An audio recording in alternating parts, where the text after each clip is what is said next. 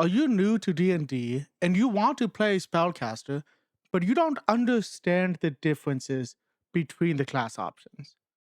Have you always played a martial class and you're just curious about which spellcaster would be best for you? Today I want to talk a little bit about the differences in the spellcasters in D&D. There's a decent number of options here with the wizard, sorcerer, warlock, cleric, druid, and the bard. I might be forgetting one or two, but we'll get to all of them. And I just want to talk about something that I had trouble with when I was learning D&D, and that is picking which spellcaster fits you the best. So thematically, there are slight differences between the classes, and that's what I mostly want to focus on. Wizards are the intelligent spellcaster. These are the bookworms of the D&D community. So their magic is dependent on study. To me, that makes it very easy to add flavor to a wizard.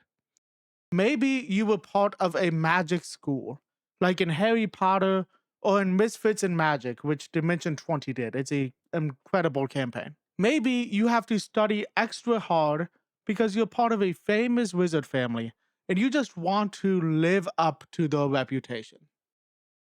Maybe you're jealous of sorcerers for their magic because they are born with it and you have to put in effort to learn your spells. You might think that warlocks cheated to get their magic and took the easy route. I've always wanted to play a wizard that is a bit of a slacker that doesn't have to study much because they just have an incredible memory. I think that could be a lot of fun. Now, when picking classes, I think it's important to remember that at low levels, wizards are going to be tougher to play because you just don't have a lot of hit points and you don't have good armor class. At later levels, you can get things like mage armor. You can take some feats and stuff if you wanted to. And there is a spellcasting option with the Blade Singer that is a little bit more resilient compared to the other wizards. Now, on the other side of things, sorcerers have innate magic.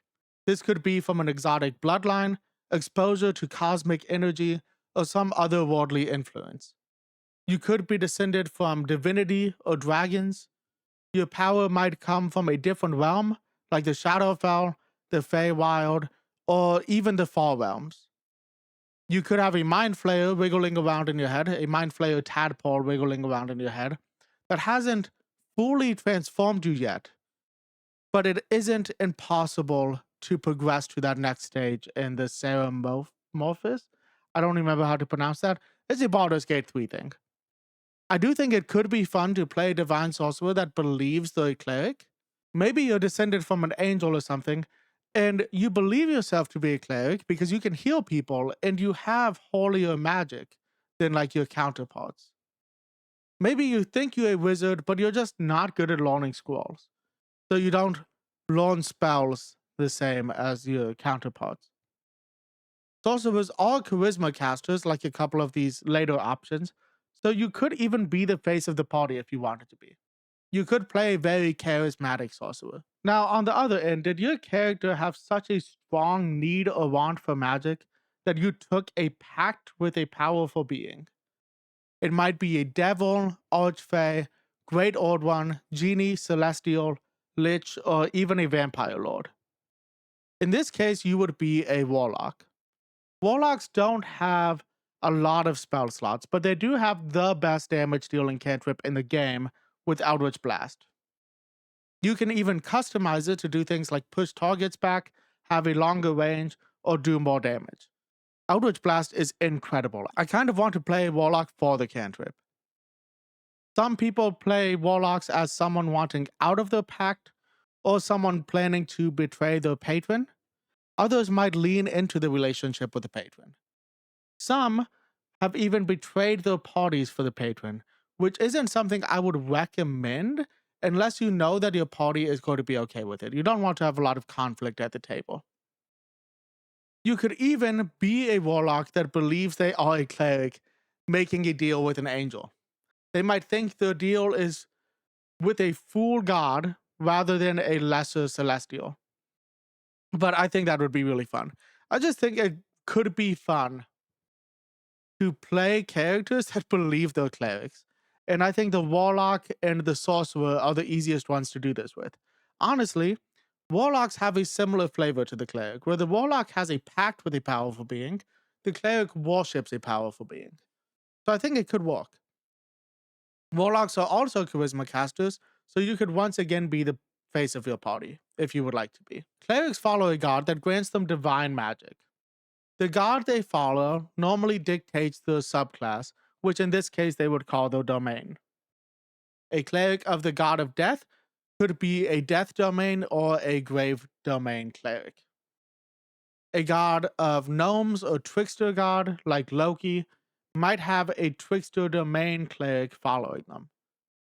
Sun gods might have a light domain cleric. Most people think clerics should be the main healers of a party, but they don't need to be.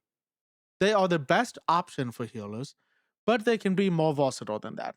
Clerics can be tanks with their high ACs and the ability to heal themselves to keep taking damage.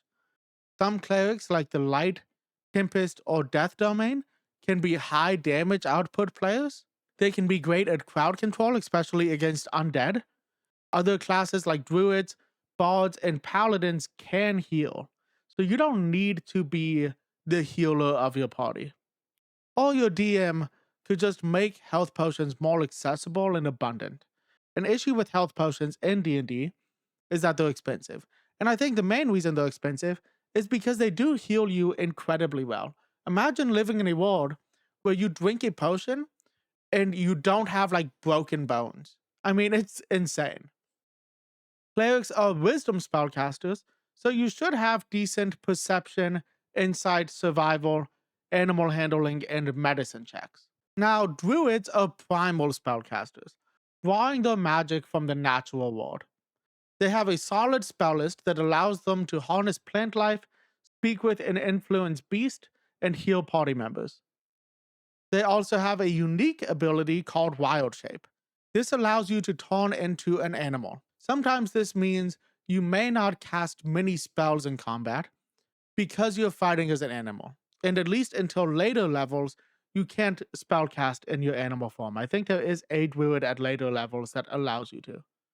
It also allows you to have a little more utility outside of combat, which is an important thing that some of the earlier classes aren't as great at. You can scout forest as a hawk above the trees.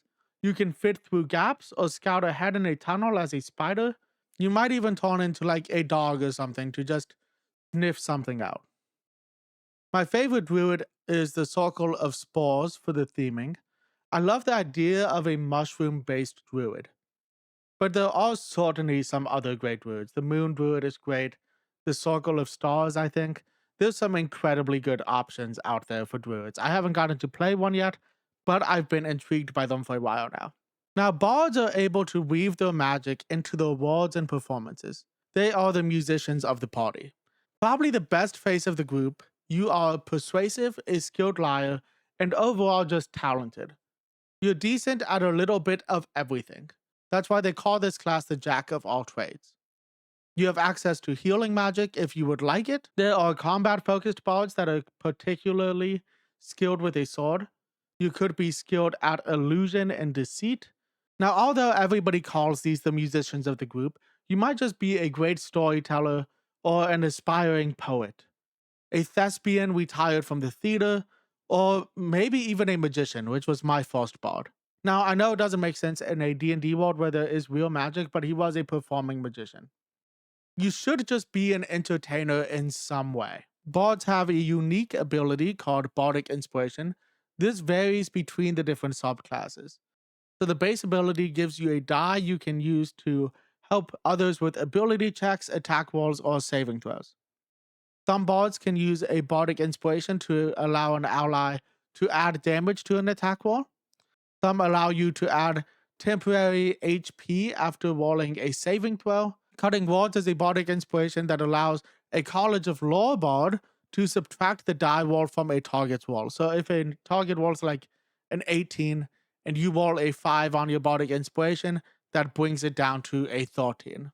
Now, the bard is my favorite class, and there is so much I love about bards. I have played 3 bards and have had a lot of fun with each of them. Every time I make a new character, I have had to make an effort to not just make another bard. My favorite NPC is just a glorified, powerful bard that was able to ascend to godhood. So it is certainly my favorite class. Now, those are the main spellcasting classes.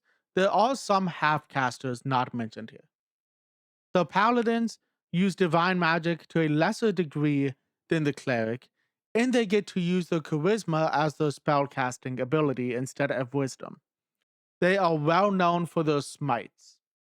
What many people don't understand about paladins is that they don't need to follow a god, but rather an oath. It might be an oath to a god, but it might be an ideal or a purpose in life. I talked about this in an earlier video, but my only paladin that I've played was a paladin that technically had an oath to a god, but his bigger oath was just to protecting the little people. If he was to like betray a village of gnomes, he probably would have become an oathbreaker paladin, which is another option with paladins. You could play a paladin that has broken the oath and has turned to a darker side. Rangers use nature magic similar to druids, but their spells often focus around combat and survival.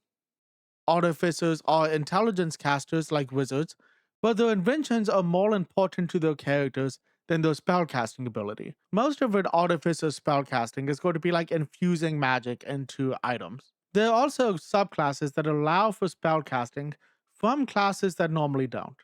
This includes the arcane trickster and the eldritch knight. This can be good for a little bit of both worlds. The arcane tricksters can use magic to be a better, more stealthy thief. Eldritch Knights are tankier and hit harder than any wizard, but they have a much shorter list of spells. I mean, you can take just, I think, any wizard spell, but you just have a lot less spell slots than a wizard would. But that is my overview of the different spellcasters in D&D. Let me know what your favorite spellcaster is. Like I said, mine is the Bard. I haven't gotten a chance to play as a wizard or a druid yet. I've played a warlock as like a NPC where I just made a character sheet for an NPC. And I think I've done the same with a sorcerer. But the main ones I've played are like the cleric, the bard, and I think the paladin, if you're counting the half casters. But let me know what your favorite spellcaster is. Let me know if there's anything that I forgot here, or if this video did help you pick a character for an upcoming campaign. Let me know which one you picked, because I'm just curious. I love to hear about people's new characters. Other than that, guys, I hope everybody is having an amazing day. And until next time, peace.